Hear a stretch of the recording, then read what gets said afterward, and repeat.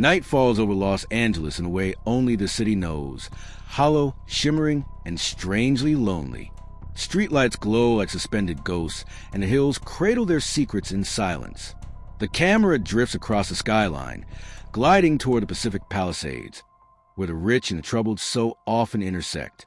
Based on true events. It is October 28th, 2023. In a quiet backyard, steam rolls over the surface of a private hot tub. Inside, motionless and alone, lies a man whose laughter once echoed across millions of living rooms.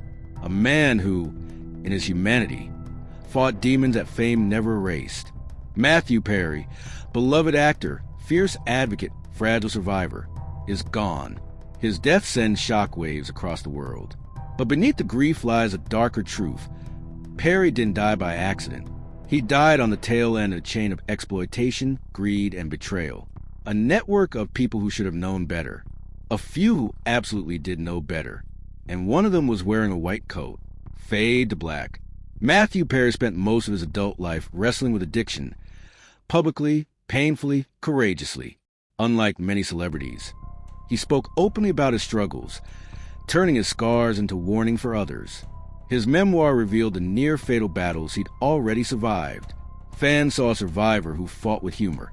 Friends saw a man whose recovery was fragile but sincere. By late 2023, Perry was undergoing ketamine infusion therapy, legally prescribed under medical supervision, for treatment-resistant depression and chronic anxiety. It was a delicate treatment, one that demanded precision, oversight, and absolute ethical clarity. But not everyone in his orbit respected that, and not everyone had healing in mind. Enter Dr. Salvador Plasencia, a California urgent care physician. On paper, he was an ordinary clinician. In reality, he ran what prosecutors later described as a cash-driven operation, a place where medical ethics bowed to whatever price a client was willing to pay. Prosecutors would eventually reveal the damning evidence. Text messages where Plasencia mocked Matthew behind his back, calling him a moron, openly discussing how much money he could extract from the actor's vulnerability. He wasn't just bending rules. He wasn't misprescribing out of negligence. He was selling ketamine, an anesthetic so potent that a slight miscalculation can kill, in quantities that no responsible medical professional would ever authorize. And he was doing it fully aware of Perry's addiction history. Between September 30th and October 12th, 2023, Plasencia funneled 20 vials of ketamine lozenges, syringes, and instructions on how to use them outside of clinical settings. To Matthew and his assistant, he wasn't treating a patient. He was feeding a dependency he exploited. This was not a doctor who cared. This was a man who saw fame as a credit card with no limit. The text messages are the most chilling evidence of his intent. Cold, sneering, and dripping with greed, they painted a portrait of a physician who had lost not only his ethics, but his humanity. October 28th, 2023. Matthew Perry spent the day playing pickleball, messaging friends, and planning new projects. He told those close to him he felt optimistic, steady, hopeful. The kind of hope that is fragile but real. But inside his home, authorities later found drug paraphernalia connected to the very supplies Plasencia had sold him. Autopsy reports confirmed what fans never wanted to hear. The actor died from the acute effects of ketamine, with drowning as a contributing factor. The ketamine in his body was not the residual sort normally lingering from clinical treatment. It was far too fresh, potent, and concentrated. Someone had handed him access to a drug powerful enough to silence his heartbeat, and that access came from the doctor who was supposed to protect him.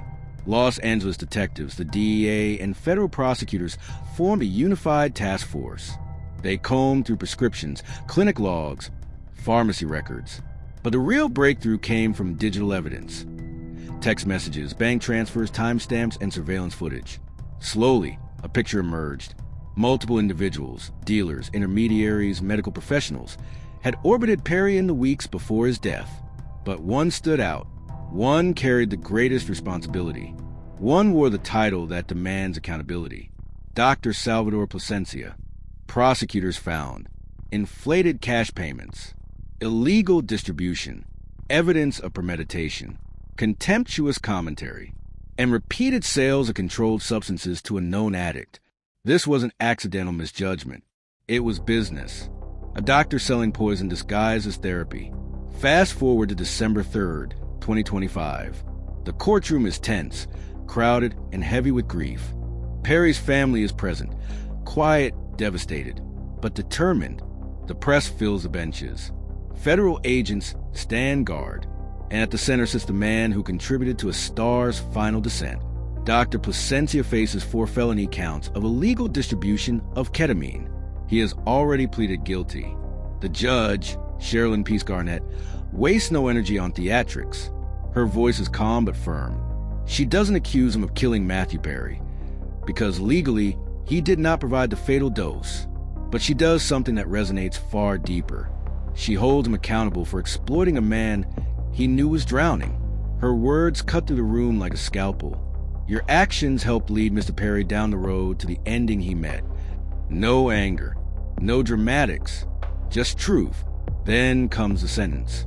30 months in federal prison, 2 years of supervised release, a $5,600 fine, his medical license surrendered, the first offendant to be sentenced, the first professional held accountable, the first to face the weight of what was lost.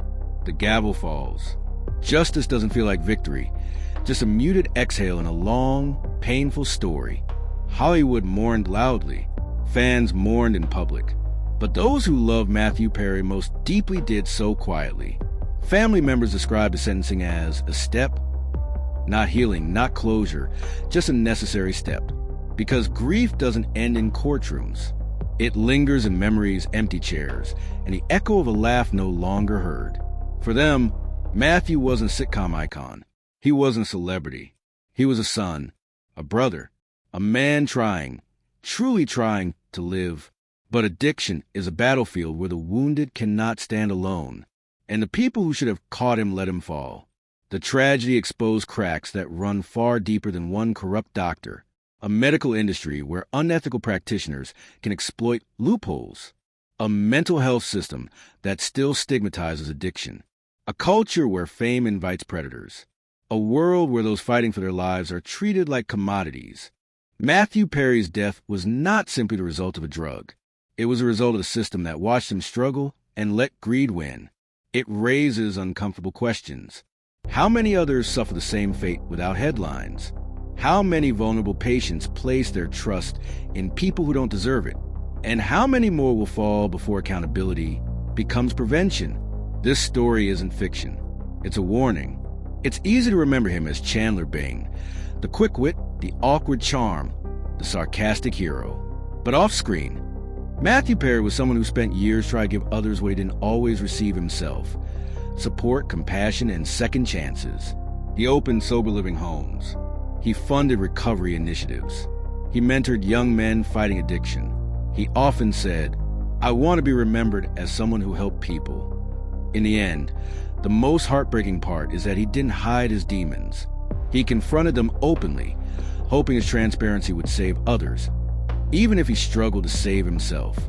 And that vulnerability made him a target for people like Placencia. Placencia begins his 30-month sentence. Other defendants await their fate. Investigations continue. But the world Matthew left remains deeply marked by his absence. Fans still write letters. Friends still honor him. And his legacy, messy, beautiful, painful, inspiring, lives on the countless people he helped along the way.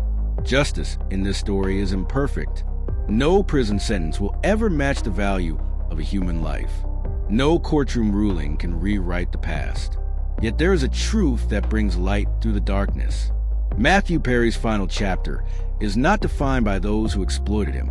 It is defined by the millions he touched, the battles he fought, and the humanity he never lost, even when others around him did. The camera pans over an empty pickleball court. The Pacific breeze rustling the edges of the net. The sun dips toward the horizon, golden and quiet.